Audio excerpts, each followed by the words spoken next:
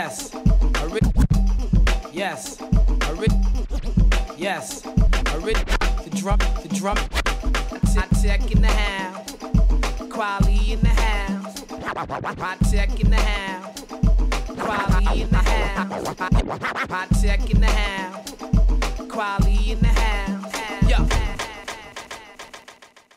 I'm humbled and honored to still have these cats in here. Reflection Eternal, Hi-Tek, one of my favorite producers, period. Thank you, sir. And Talib Kweli, one of my favorite MCs, period. So this is a very awesome moment. Okay. And taking over. Yeah, exactly. Let me just share with you one of my favorite experiences as just a fan.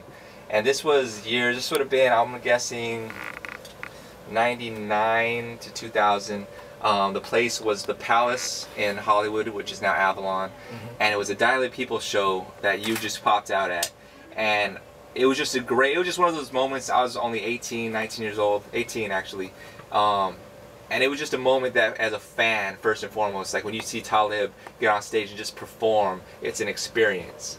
And so, first and foremost, thank you for just doing that, because those type of things inspire, especially just a DJ or a music lover. When you see someone like Talib, and to the same extent, when you hear the production work that you put in, the quality that you put in your music and stuff, I think I speak on behalf of all your fans when I just say thank you for contributing such a high quality to music, if you will.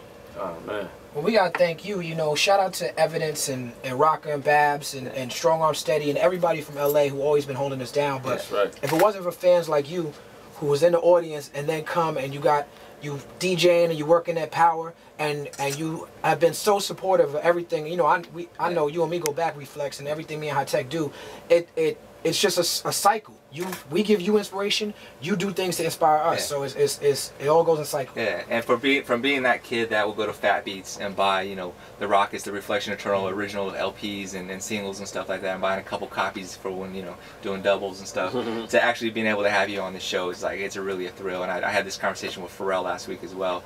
But just to have seen you grow throughout the years musically, and another thing is to see you, even with your success, still take the time to put in the work and be featured with a lot of other artists. You know, the last time I saw you actually was Crondon, the Strong Arm Steady camp, and to see you not only are pushing yourself, but you push hip hop. You push a lot of other artists, Hi-Tek as well. You've worked on some of my favorite artists from big cats like, you know, the 50s of the world and stuff, to, you know, the lesser known and stuff. And so to see you guys' involvement in music is just really dope for me to just witness as a fan and as a DJ. So it's fresh. It's incredible, man. It's a blessing, really. You know, I'm a fan of hip hop still to this day. I feel like I just started. I feel like I got another 10 years and more in this music. So.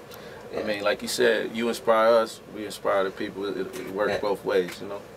Yeah, and so with this album, Revolutions Per Minute, production-wise, Hi-Tek, what's your mindset? Like, you know, you've worked, like as I mentioned, with some major artists, and so when you're working on your own project, this is your guys' project, is it like, you know, your secret stash, or do you go in with a different mindset, or do you just go create and just kind of... Well, I think really with the Reflection Eternal, it allows me a lot of experimental time. Like, I'm able to take a chance on certain records. Kweli is willing to really sit down. Not that other cats aren't, you know, but only few are willing to do that. You know what I'm saying? And then being able to have a goal that's a body of work that we have to complete. Right. You know, it's like, man, I got way too much experimental time on my hands. You know? So it give me a chance to develop something new, come up with some crazy new, and test it out. You know, and that's what makes me Hi-Tek. Yeah, and I mean, just to compliment that more, like, I love the way your records sound at the end of the day, because I feel like someone, you know, and you know, not to take away from other producers,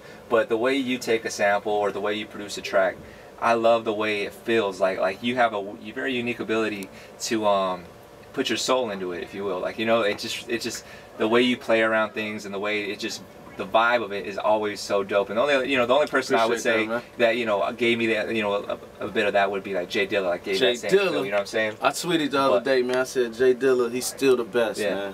Yeah. You know, he was the best, still the best, and will be for a long time. Like, I listen to Dilla, and still, like, man, when I first met Dilla, I felt like I met somebody that was like myself, but almost like 20 light years ahead of what I was already doing. But they compared us a lot because we both from the Midwest, and we had the same you know, type of sound, because it's like Midwest has that funk. Yeah. But Dilla, man, I got to tip my hat to Dilla. Rest Absolutely. in peace. You know, he was here for music. You check out my album on High Technology 2. I got a song called Music for Life, where he starts off the song, and that was a real drop that Dilla gave me like 2 or 3 years before I actually was able to put that song out. Wow. So I saved that for a long time, and it just all made sense once he passed away. Yeah, that's a priceless piece of music that you have.